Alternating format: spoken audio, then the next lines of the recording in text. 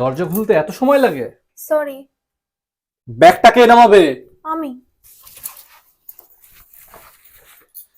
হাতের ঘড়ি কে খুলবে? আমি খুলবো।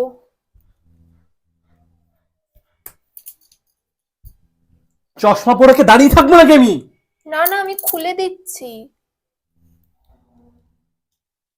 কি লাগে তুমি জানো না? দিচ্ছি।